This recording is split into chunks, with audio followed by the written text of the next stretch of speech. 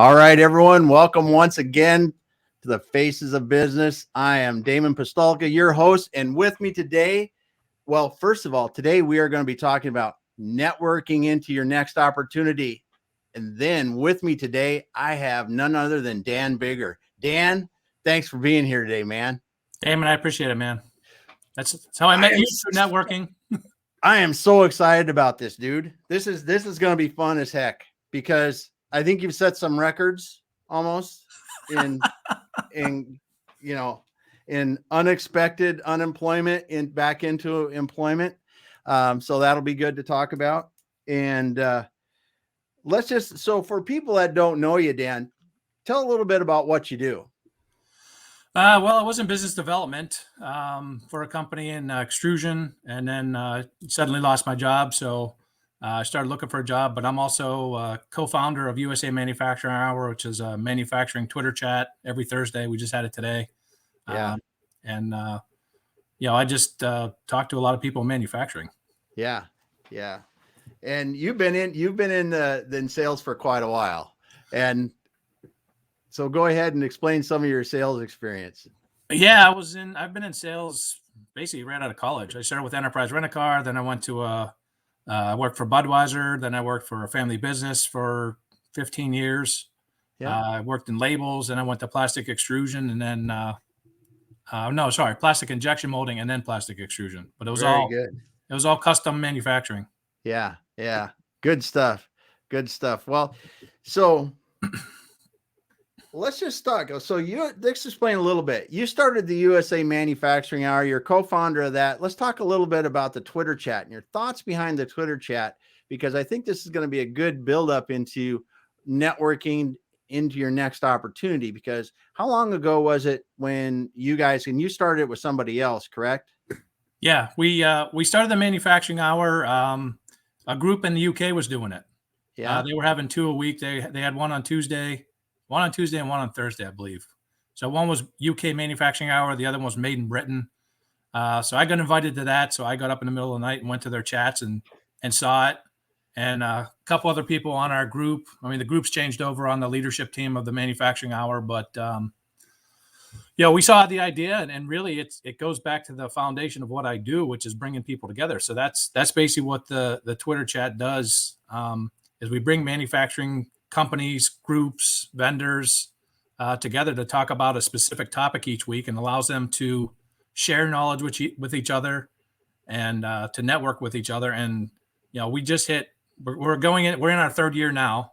Nice. And it's been of all the original founders. I just talked to Jen Wegman last week, and she said it, and I agree with her. It's one of the proudest moments of my career, and it was one of the proudest moments of hers, because it's still going. And now everybody on that group are solid friends. They're solid friends on LinkedIn. They're solid friends on Twitter.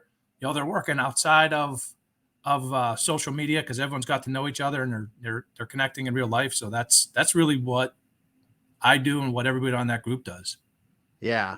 Yeah. That's cool. And if people haven't seen or experienced that, they should get on Twitter. It's 2:00 Eastern on Thursday, and it's USAMfgHour, right? Correct. Yeah. And if you haven't seen this, you've been on Twitter, it's like, don't you have, what is it, 6 questions or 10 questions? And then there's people firing answers or comments all the way through it. It's as many questions as you can jam in an hour. So it all depends on how fast you want it to go. So some hosts jam in 7, some do 5 or 6. It all depends. Yeah. Yeah. But and you guys you'll get 20, 30 people in there doing comments and stuff. Yeah. I want to say there was about 20 or 30 today. Oh yeah. Yeah. Good stuff. And it's the topics are good. They're relevant, and you get some really smart people in the room that give great input. So again, it's like I did one on MEPs last year. No one, and I still talk about the MEP network because no one knows what it is. So, and I'm shocked at that. It's like not knowing what the capital of the country is. Like, how are you in manufacturing? You don't even know this exists. Yes. I mean, there's a group across the country that in each state that helps manufacturers do things. So if you're having a problem, go to them. Yeah. The manufacturing extension partnerships. Yeah, most there it's amazing how many manufacturers don't even know that they exist. And then second of all, you look at the manufacturing extension partnerships, there's a lot of free programs or partially funded programs that you can get help in a lot of different areas with your businesses. Yeah, I ran an injection molding, marketing team of me with a Yeah. zero budget, and I worked with every MEP I could find, and they were super helpful, and I learned a lot from them, and I got a lot done for no money. Yeah. That's awesome. We got John Baglino's in here today saying hello. Hi, John. How are you? Yep. And then he's talking about the USA Manufacturing Hour. Yeah, And it's that's true. They are, and they're some of my closest friends. I'm in many circles, but the Manufacturing Hour group is one of my favorite group of people. Yeah. Yeah. Good stuff. I had somebody, I'm trying to remember when it was. It was this week. They were talking about manufacturing and how it keeps the U.S. strong. And I always like to, when I hear people talk about it, you just don't realize that until you're in it. Yeah, no, you're right. And all the different things that we make, and how it's changing. How Yes. it's evolving. Yes. And and if you really dig into it, when it changed and why it changed, a lot of it was political. But I watch a lot of history stuff and how the country was really formed and how manufacturing was really formed in World War II. I mean, that's such an interesting story. How out of need and necessity, companies like Ford and Boeing and all these other companies got together and they started doing amazing things quickly. Yes. Yeah, the things that happened in World War II to build the planes and the Jeeps and every other thing they needed down to the boots is absolutely incredible. And you that built our foundation to be able to do what we've done since, really. And we're not quite there now, but I mean, really, I keep hearing like 2 million jobs in the next 10 years or something. We're going to be short. Mm-hmm. Robotics and things like that are going to make some of that up, but we still need people. And how you can't find a job. Yeah. And there's 2 million jobs available. I don't, that doesn't add up and I'm not a genius in math, but. No, I think I think a lot of it is, and talk about this with people a lot, is kids in high school don't get told about the opportunity. It's not even mentioned. Yeah. It's like, oh, you're going to go to college? Oh, not going to college? Well, we really can't help you then. And I'm going to bring up David Chrysler today. Yeah. He was in the chat today, and he's actually mentoring high school kids. Doesn't talk about it. I'm like, why aren't you talking about it? Exactly what you should be talking about. Yeah. But he's out there after work, driving 45 minutes away to meet with a bunch of high school kids to help them see the possibilities that are out there, because again, nobody's talking about it. Yeah, that's great. Yeah. He, and then Megan Zimba is somebody else I know. She helps a lot of the high school kids. Like you said, after work, going out, seeing the kids, explaining to them that there's these opportunities out there. And as we were talking, it was Kurt and I were talking on Monday about this with our guest on Manufacturing Motivation Manufacturing Motivation Monday. It's a tongue twister for me, but we were talking about that. It's not just somebody that's going to work on an assembly line or welding, running a CNC machine. I mean, you need accountants, you need marketing people, you need salespeople, you need people that are working in the office doing purchasing, maintenance, plumbing, electricians. Yeah. All the way down the line. Yeah. Everything. And it's not just one. And I always, and we were talking about it there too. And I talk about it often. These are career kind of places where you can come in and you can work your entire career and move up and continue on and continue expanding your knowledge base, your value to the company, and they're good jobs. Again, it comes down to simple fact. What are you willing to do? Yeah. That's actually one of my favorite quotes. It's not what you're capable of, it's what you're willing to do. So what are you willing to do? That's awesome, because it is. It honestly is. If anyone thinks they're limited, it's just really, it's not that you're limited. It's just what are you willing to put, what kind of work are you willing to put in to do what you want to do? And right. I think that's a great segue into this. I want to say real quick, Mike O'Connor. Hey, Mike. Hey, Mike. And the segue into networking into your next opportunity. So you're out there, right? You're already on social media, USA Manufacturing Hour, and you're selling stuff in the plastics industry, which you probably were kind of a unicorn there doing that, correct? Correct. And that was pretty successful for you, though. Yeah, no, I had when I left my last company, I had a $3 or $4 million pipeline. I can't remember the exact number. Yeah. Yeah. Million in sales, $3 or $4 million pipeline. I did that in 6 months. Contacted 188 companies and 1,200 people. Yeah. Yeah. And it was, you would start out relationships on through USA Manufacturing Hour, social media of some sort, and work through them and do the process that way. And I think that's really pretty unique in how you did it. And I think that really, when we'll talk about the next thing, you moved into another position, and then a few weeks ago, you went into work, and they decided things were going to change. Yeah, it was unexpected. I didn't expect it. Yeah. I sort of noticed some change within the company, but with supply chains being what they were, we were backed up and things were happening. So, I mean, no, looking back, I understand it now, but I didn't at the time. Yeah. No, it's understandable that things like those are frustrating and stuff. Well, it's the first time it's ever happened to me. First time I've ever been let go or laid off. Yeah. Yeah. Well, so I didn't know what to do. Yeah. Yeah. But what you did do is, let's tell about what you did. What did you do the next day? I didn't even wait the next day. I think it was like a 2-hour. I had to go tell my wife. Yeah. Let her know. And then it was really, I just started posting and talking to people and getting my name out there. And most of I want to say the last 3 jobs I've gotten have all been referral jobs. Yeah. It's just now I have a platform because I've worked at networking for the last 6 or 7 years. So now I've built up a network of people that know me. And, and I wasn't looking for a local job. I live on Hilton Head Island. There's nothing here other than service jobs. It's all hotels and restaurants and things like that. I don't fit that mold. At least I do. That's what my degree's in. But, there's no manufacturing jobs here. So, with me working remotely for my last 2 jobs, I didn't want to consolidate my search to a local, even the South Carolina region. I was almost searching worldwide, and I got contacted by companies even in England. Wow, that's something. So they decided to make a change that day. You started to go out, talk to your network about, hey, I'm on the market. I'm trying to figure out what's going on. So let's talk a little bit about that. You and how you really networked into this opportunity, because you've been, it's about 3 weeks. Is it about how long since? A little over. Yeah. Yeah. A little over. But in that time, you generated 9 interviews and got 3 job offers. Correct. Yep. I just want people to know that. And how many job applications did you fill out? Not a one. There you go. This is what I want people to understand.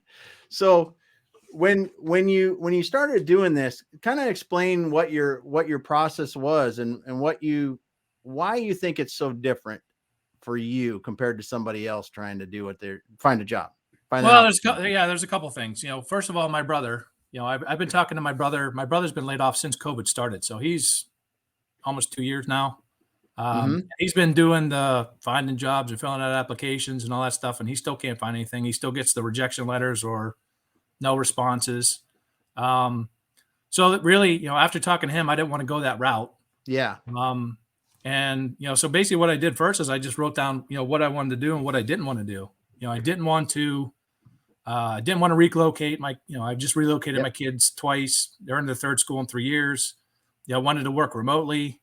I was leaning towards manufacturing, but not constricted to that because, so basically my goal was to talk to anybody and anyone I knew, because, you can go on a website and you can look at a website and try to figure out a company, but, talking to people inside the company really gives you an idea of what's actually happening there.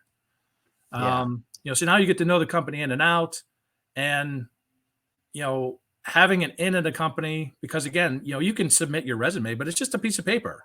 Yeah. And I was actually talking to a recruiter last week, and I said, people are missing the boat, because you can look at a piece of paper and discount somebody, until you actually talk to someone and understand their passion and what they're willing to do, what are you willing to do? You can ask them simple questions and to get a real feedback from them as opposed to a piece of paper. So that's what I did. I started talking to everybody I could. People were sending me, posted jobs. People were recommending me to other people to talk to. So basically, it was just a series of setting up meetings and talking to everybody I could to see what they knew. Did they know of any companies out there that were hiring? What did they know about those companies? Did they have an in at the company? Could I get information about the company? Because I considered a couple opportunities that were outside of what I normally did because they sounded like something I would enjoy doing. So I went down a couple different paths. Some of them I didn't get interviews for. And actually, one company up in Rochester, New York was the greatest interview I've ever had.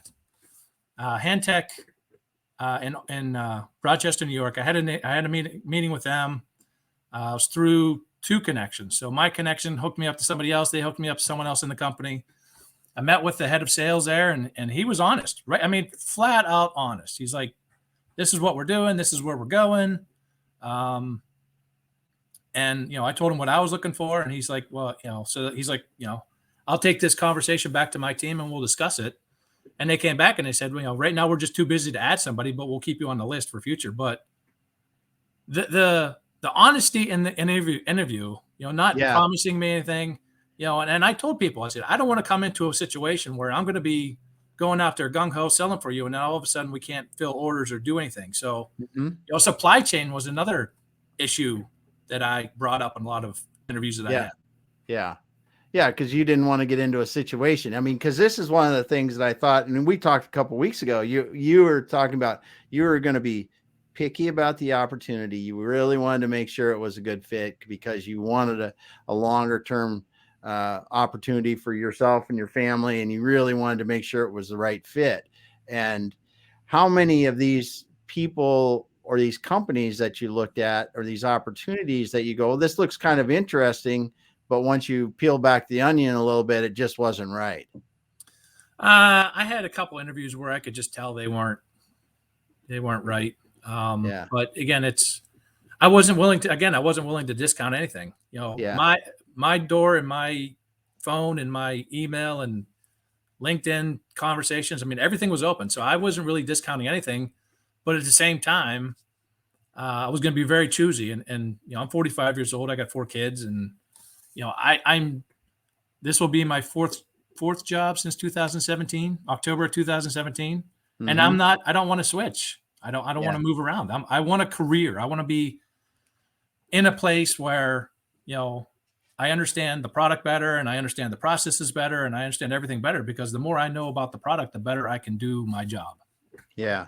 Yeah. And marketing was a huge decision, because, a lot of manufacturers don't market themselves, so having a marketing team behind me, someone that was willing to put money behind the company, not only to buy machines and make processes better, but actually talk about the company and promote the company. Yeah, because you've had to do that yourself in a lot of places. That kind of hamstrings you. It divides your time. Yeah, yeah. You can't just be devoted to selling. You have to market and sell. And I think that's you bring up a good point there. A lot of manufacturers are still trying to figure their way through that struggle, and sometimes they expect the salespeople to market, but it's really not the same thing. I'm going to go back to when I worked for an injection molding company, so when I got there, I really wanted to get LinkedIn Sales Navigator. I wanted to work that process. And my owner came up to me and said, justify it. I want to see what companies are on LinkedIn and what companies aren't on LinkedIn in our current, customer profile. And I looked at him, I said, I don't really care. I said, to me, if they're not on LinkedIn and they're not posting and they're not doing anything, they're missing out. So they're a dinosaur. Yeah. So that was my response to him. He didn't like it, but it's true. It's manufacturers tend to get in their own little niche of the world, and they don't get out of it. And I was damned if I was going to do that. And some of my best customers, when I was working for the injection molding company, I worked with a silicone injection molding company, and we built up a really good relationship. They traded jobs with us. We sent stuff to them. We were doing work for them.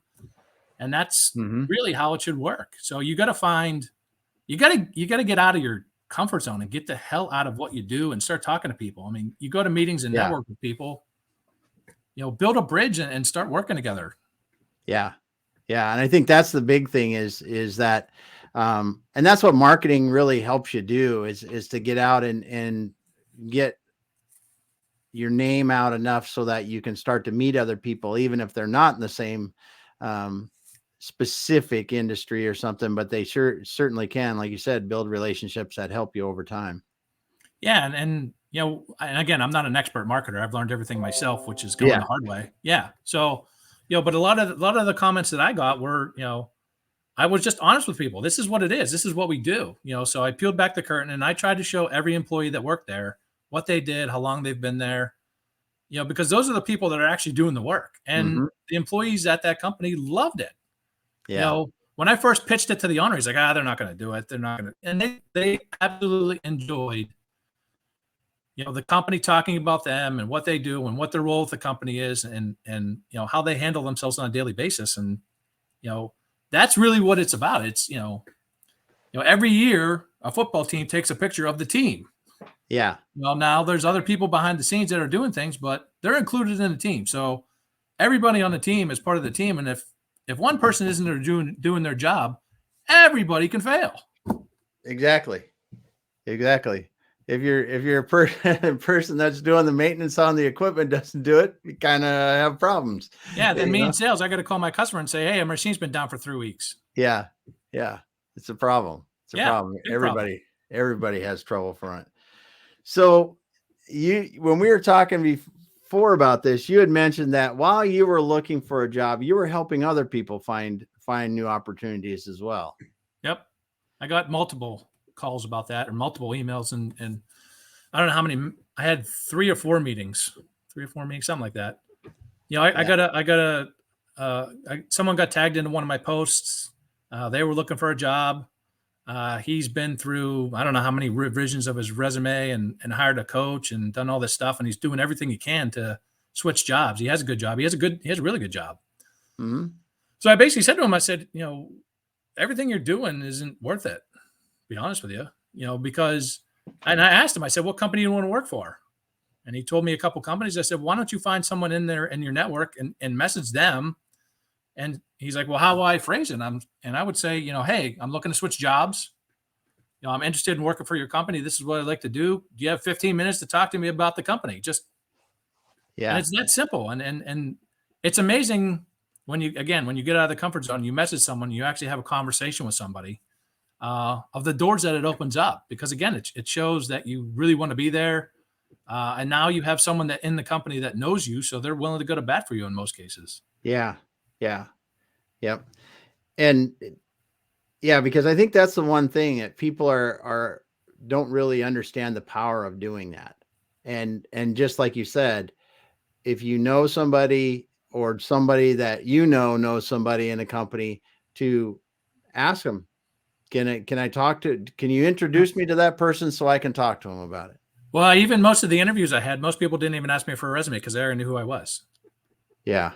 Or I was referred by somebody. So the interview happened. And then, if it went forward, I'm assuming they want my resume for some kind of paperwork. But most of the time I wasn't even asked for one. Yeah. Yeah. Yep. And that's when you do it that way and you are referred into place, it is a much different experience. I mean, you don't have to worry about an ATS scanning your resume. You don't have to worry about, am I going to get to the top of the resume pile? You're having a meeting with somebody there. Well, it's preparing for the storm. It's building a good foundation. And it took me years of building up contacts and people I talk to, because I've been going out of my way and doing everything I can to help everybody. People were asking me marketing questions. Again, I'm not a marketer, as far as an expert trained and all that kind of stuff. But, I did things that people enjoyed and I told them how to do it. I help people with LinkedIn Navigator. I help people with a whole bunch of different things. Yeah. Because I'm not afraid to spend 5 minutes, 10 minutes with somebody to try to help them. Because again, people remember that stuff. Oh, yes. Yeah. Yeah. 100%. It comes back around. And I think that's part of why when you went out, were you ever sitting at a point going, well, I'm just, what am I going to do? I just feel like nobody's responding. Nobody's doing that kind of stuff. You had pretty much a flurry of activity around you, didn't you? I had a full schedule every day. I had what? 1,600 profile views. I built up 141 new connections. I was on the phone 111 times, 32 meetings. It was a full day. It was like a work day. Yeah. Yeah. That's awesome. That's awesome. So okay, I'm just going to stop hemming and hawing here. I'm actually going to say something. So you had a unique daily post that you were putting out while you were doing this. Talk a little bit about that. It was just kind of a summary of your day. What kind of response did you get to those? I got a hell of a, I don't know. I was laying in bed, or something, on a walk or something. And I'm like, I'm going to post about this. And I started posting about it. And the first day, everybody loved it. And they're like, this is great. And this is what people should do. And, people were applauding me for my efforts. And I think and it helped me too. It helped me to stay on track. It helped me to keep notes of all the people that I was talking to. But it helped me just sort of get through the moment of, oh crap, I don't have a job. Yeah. So it was sort of like, sort of a little bit of stress relief and things like that. And it turned out to be fun because now I'm sharing with other people, so I'm basically giving people the path. This is what I'm doing. This is how I'm going about it. I lost my job. I'm done for 2 hours to sort of tell my wife and get over it. And then I'm on to the process. Yeah. And, and I enjoyed talking about it. And as I would post, people would comment, and that would lead off into side conversations or, like I said, a couple of people that were looking for jobs or other things. Like in the middle of the process, one of my connections reached out to me. They needed a domestic hat supplier. So hooked them up with a domestic hat supplier. That led to another person that asked the same question. So again, it's who you know. Yeah. So my people in my network know that I know everybody. So they contact me about whatever they think they need. And usually I have a good answer for them. Yeah. And I don't know if we said this, but your very first post, when you lost your job, that same day you posted something and a lot of people were responding to it, and you got an interview out of that post. Yeah. So I posted within hours. I think that post got like 23 or 24,000 views.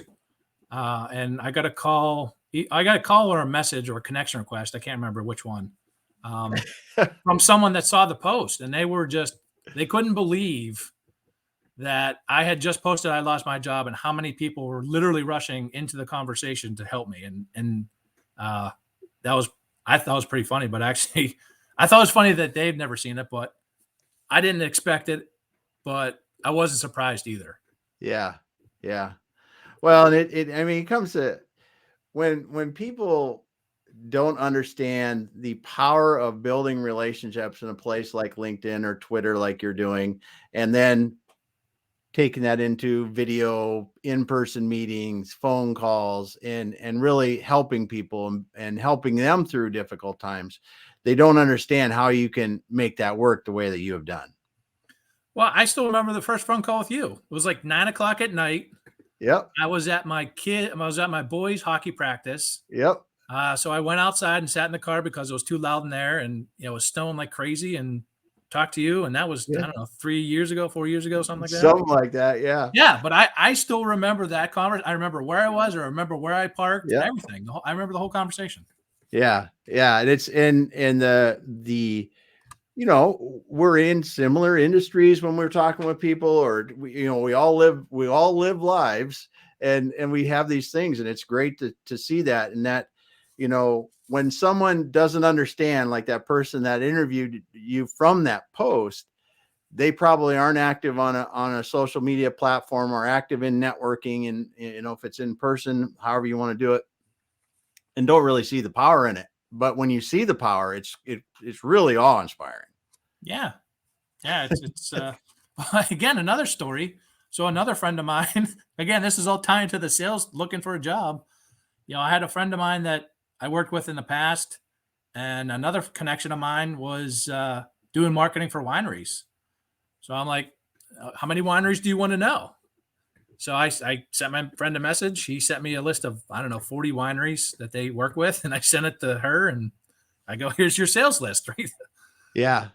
So Yeah. yeah, I mean, it's amazing the things that I've done and accomplished.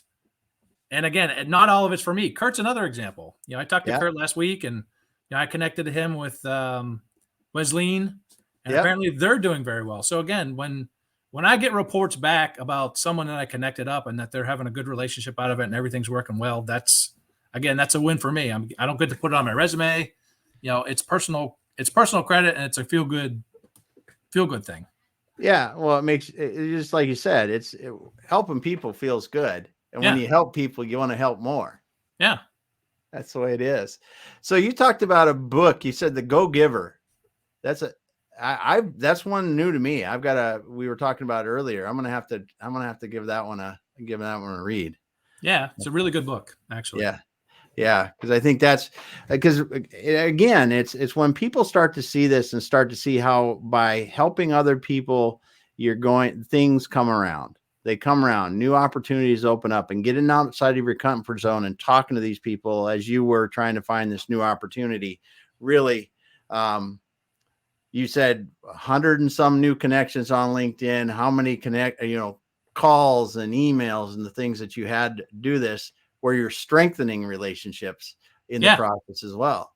Right. Yeah. So what did you learn that you didn't know before this? They just said, I would have never thought. I think it's, you don't know what you don't know. Yeah. And one of the things, again, I didn't want to go into with an open mind. I didn't want to go into and narrow-minded and saying, I'm going back to manufacturing. I'm going to do business development. I'm going to try to stick in plastics. Just because you don't know what opportunities are out there until you talk to other people. So you really, I was open to the fact that I was willing to change. And I have been through a ton of change. Like I said, I've been in log homes, labels, 2 different plastic, manufacturing, so I'm not afraid of change. Even this year, we moved here from New York. I got 2 sets of twins. I'm not afraid of anything anymore because I've been through good times and bad, and I've had a lot of crap happen. And, so just be willing to change things and look at other opportunities and consider things. Yeah.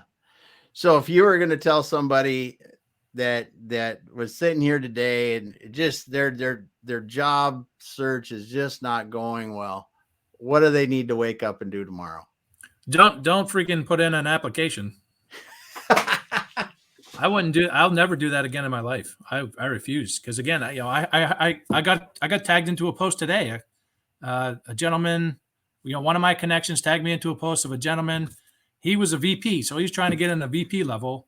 They ran him through the ATS, and the ATS rejected him, and he got some kind of automated rejection response. I mean, this is a VP level job. Yeah. So if you're not willing to reach out to a VP level and say, hey, look, but again, what the hell does a resume really tell you about a person? You can see all the numbers and all this kind of stuff, and that's all well and good. But, I would rather interview more people. Yeah. And spend the time there. Yeah. And actually looking at resumes. Yeah. Well, and I think that you said it well there. Quit just applying to jobs. Yes, you need a resume, but that can be after you've interviewed with somebody if you do it right. Yeah. Like, again, you laugh at me all the time about my dating. Everything is dating. Yeah. So I met my wife through a friend of mine. We've been married for 17 years. So, yeah. Do you have a better chance of finding your wife or husband through a friend of yours, or, going to the bars every weekend and trying to wade yourself through thousands of people that are half drunk? Yeah. What's the best scenario here, Damon? Yeah. So, again, there's always a way into a company. And if you're willing to get out there and talk to people, which I do all the time, and some people may have a problem with that, but, creating a conversation and then creating a relationship and building on it to the point where they're willing to back you. Because again, if I talk to some, I refer a lot of people out, but I won't refer you out if I don't know you, and I won't refer you out if I don't vet you, because again, I'm looking, when I respond or refer someone to another company or a person, essentially my reputation is on the line. So Yeah. If you're not going to treat a customer like I would treat a customer, you'll never get a customer from me. Yeah. Yeah. That's awesome. That's awesome because you're building relationships here. We got Michelle Gunn said she finally joined in. I was glad to see you, Michelle. I know she's busy down there in Houston. We got Bob. Bob's out by you. Hey, yeah. Yeah. I just Bob connected with Feathers. Bob. Bob was very active in my posts. Yeah. Bob, I tell you what, he is arguably one of the best cooks I've seen. The dude can cook stuff like, I mean, I'm lucky to cook. I can cook burgers. You can put me on a grill. I'm okay. That's all. So, I'm retired from cooking. Michelle's going this. Met my husband through a friend of my sister's, 32 years. There you go. Yeah. That's awesome. Again, why go the hard way? Why fight through all the getting to know you process, which takes forever? If someone's willing to go to bat for you, that's the best. Yeah. Yeah, that is. And that's why you make a good point too. And this is why I think the biggest reason people should be networking or reaching out, learning about more people, seeing how they can help more people all the time, not just when you're trying to find a job or a new opportunity. I mean, because you were doing this for so long as part of what you do, it was much easier. Yeah. Well, and actually, when I started my last job, it was a new industry and I didn't know it very well. Yeah. So I had sort of cut myself off from social for a little while because I wanted to get, again, I wanted to get up to speed as quickly as I could. So I got back to the networking and the fascinating part to me is it's all sales. I'm not necessarily selling to everyone I talk to, but I am selling because I'm selling myself, but I'm also listening to what other people are selling and storing it. Yeah. So someone does this or they do that or whatever. And I talk to a lot of people in a day. I mean, a lot of people. Yeah. And, hey, you got to talk to this guy. They do this, or, and I do that all the time. Yeah. Yeah. And it's like you said, you're talking to people because you never know where the next, person that you're really going to want to meet, just be meeting people, or the next business opportunity is going to come from. Well, and you don't know, again, from the job search, I talked to a couple of people and like, you got to talk to this guy and you got to talk to that guy. And, cause they heard me talk. Again, it's not a resume, it's a piece of paper. They heard me talk. They talk about what how I do what I do and all that stuff. And they sent me out to 3 or 4 people to talk to. So yeah, you don't know what the other person on the end of the line does to really understand what they do and what they're going through and all that kind of stuff. But you also don't know what you can take from them to help other people that and you don't know who they know and what they might have needs for. Yeah. Yeah. It is a big wide web of opportunities to help people and really build those relationships. And Bob said too, blind date, 22 years. Well, actually my wife, my friends were trying to hook me up on a blind date for about 1.5 years and I turned it down and I finally met her out. So it ended up working out. There you go. And Michelle's making fun, saying dating through Damon. Yeah, no one wants to do that. I'm just going to tell you right now.